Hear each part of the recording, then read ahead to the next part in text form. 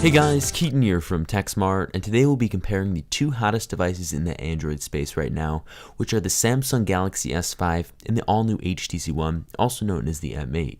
Before we begin this comparison, if you guys would like to win the all-new HTC One or a brand new Samsung Galaxy S5, go ahead and drop a comment down below, and while you're at it, hit the thumbs up button if you guys want more giveaways like this. I'll be announcing the winners on Twitter, so go ahead and check the description below for the full details. So without further ado, let's go and hop on into this big Android comparison. Starting off with hardware and specifications, the Galaxy S5 features a plastic design with a semi-perforated backing, which is meant to give it a more premium feel. The all-new HTC One has an aluminum enclosure, which makes the phone feel premium.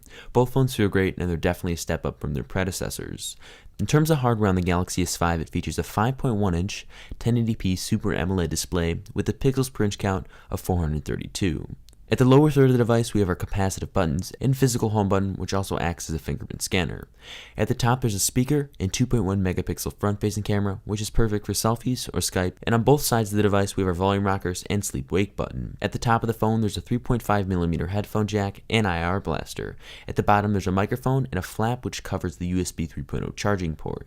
Flipping it to the back is where more goodies lie. At the top, there's a 16 megapixel camera with 4K video recording capabilities, an LED flash, and a pulse/heart rate monitor, and a speaker.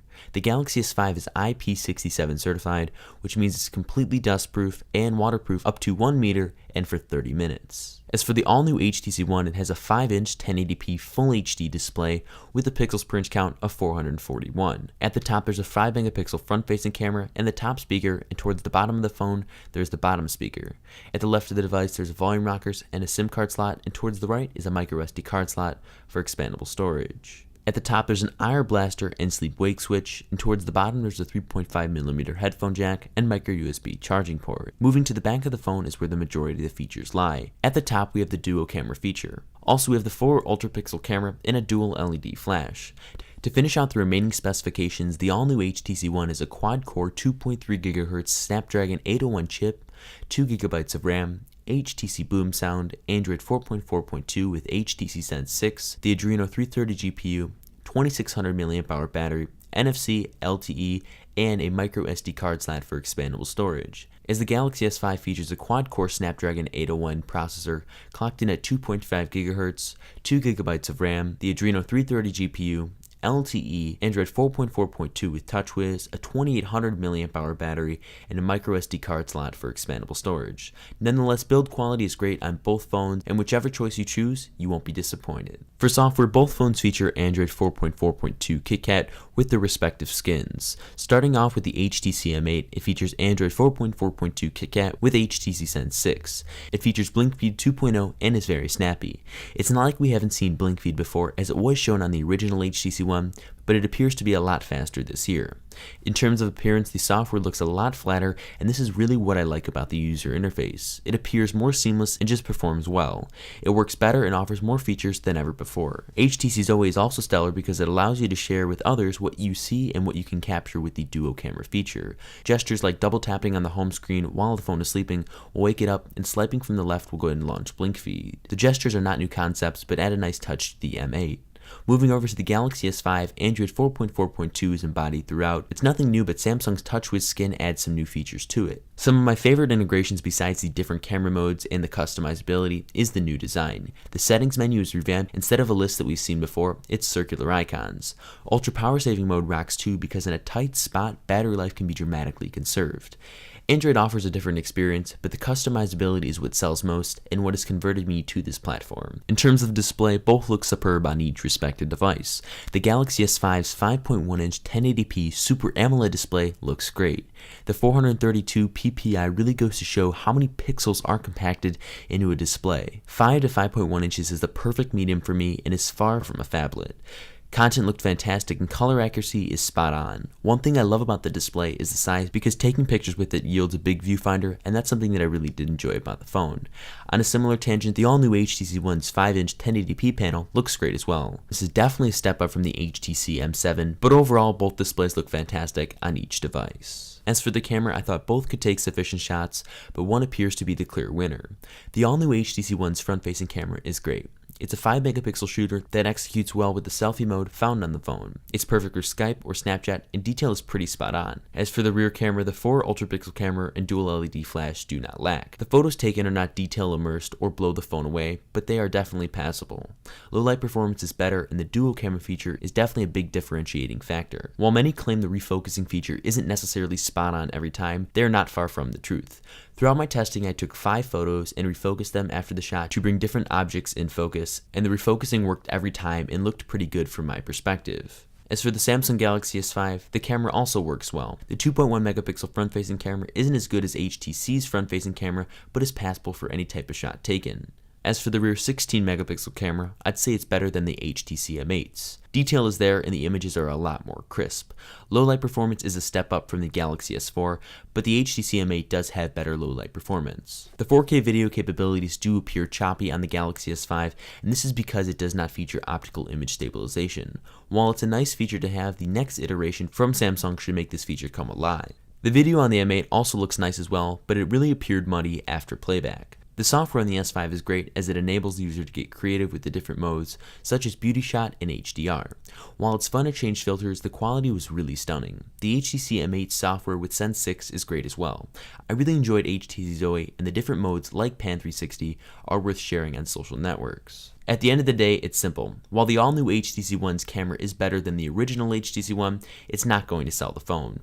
Photos are not as crisp as the Galaxy S5's, and often when taking pictures on the phone, it looked a lot better before hitting the shutter button. Needless to say, the clear winner here is Samsung, but after seeing HTC's camera, hopefully it can be improved on some of the lacking attributes that might sell a customer that is looking for a camera-heavy device. As for benchmarks, we'll be testing out more than usual with Geekbench, Quadrant, AnTuTu, and GFX Bench to get a well-rounded score on both of the spec giants. After each of the benchmarks has run its course, these are the scores that we received. For battery life, the all-new HTC One features the 2600 mAh battery, while the Samsung Galaxy S5 features a 2800 mAh battery. Throughout my test for each phone for 1 week, the routine consisted of tweeting, checking and responding to emails, and just watching YouTube videos. On average, I received around 7 to 8 hours on the all-new HTC One, and some days battery life even spiked up to 10 hours, while others hit 6.5 hours. It all depended on performance. As for the Samsung Galaxy S5, the average battery life was around 8 to 9 hours, with some days even getting up to 10 hours. Ultra power saving mode is among one of my favorite features, as it converts the display into a black and white panel, allowing you to stretch the battery life drastically. In the end, the battery held me out for a day's worth of use, but obviously it will deplete quicker the more the phone is used. Moving to my favorite part of the video, it's the new features. Now the Galaxy S5 is loaded with these. The IP67 certification is a great feature, and having a great smartphone that can become that much durable is truly fantastic. It's that extra sense of security that I personally look for in the phone, and now that the Galaxy S5 has it, it's definitely a big selling point. Up next is the software, and this really comes within TouchWiz. Ultra power saving mode is fantastic, and it truly is astonishing to see how much extra battery life can be conserved if you ever are in a tight scenario. Next time you encounter 3% battery and need to finish up that tweet or text message, it can be done, and more. So staying with software here, it's S-Health. So naturally, fitness hasn't been a feature manufacturers could focus on because third-party applications could go ahead and do this. And buying a separate accessory is typically needed for high accuracy. The wait is over and it's truly a stunner. S-Health is phenomenal on the S5, and I actually use this daily now because it is that accurate. In S-Health, you can add what type of food you consume for the day, and the pedometer portion works extremely well too. The heart rate sensor in the back is great for tracking your pulse, and it's most definitely a quirk. It's extremely beneficial if you want to go and get your heart rate up to a certain number, and it's a feature that I can most definitely get used to. Finally, the fingerprinted home button is a nice touch, and the responsiveness is as good as the Apple iPhone 5s's fingerprinted home button, and the added benefits of logging into PayPal with just a swipe is quite nice. As for the all-new HTC One, also known as the M8, it improves on everything the M7 did and more. While it does feature fitness applications with integration in Fitbit, I feel that the S-Health on the Samsung Galaxy S5s is a lot better. The screen is bigger on the M8 and the cameras are better. Some might view the cameras as a big selling point, but I think the biggest thing here is the dual camera feature and the 5 megapixel front facing camera. HTC Sense 6 is fantastic, and BlinkFeed 2.0 expands in the same attributes we all know and love on the original HTC One. On top of that, the build quality is better with the rounded edges and aluminum appeal, and boom sound sounds even better on the all new HTC One, and although it's a feature that does use battery life, it's most definitely worth it. watching YouTube videos or a movie has never sounded better. Battery life is new great, and the new dot view case is also a quirky accessory that I enjoyed. Overall, both phones have their specialties, so it really comes down to you the consumer and what you value most. In the end, each phone suits a different type of consumer. The Samsung Galaxy S5 is ideal for the consumer who wants a phone that is evolving with fitness integration such as health and that flies off the charts. Other features include the fingerprinted home button and the new TouchWiz modifications that add to the list as well. Plus, having a Samsung device means wearable support such as the Gear 2, Gear 2 Neo, and Gear Fit. Pricing starts at just $199 for the 16GB variant and is available in charcoal black, shimmering white, electric blue, and in copper gold. The phone will be available on April 11th on global carriers. As for the all-new HTC One or M8, I'd advise the smartphone who wants a gorgeous looking user interface, accessories that allow the phone to be fully customized, and fantastic build quality.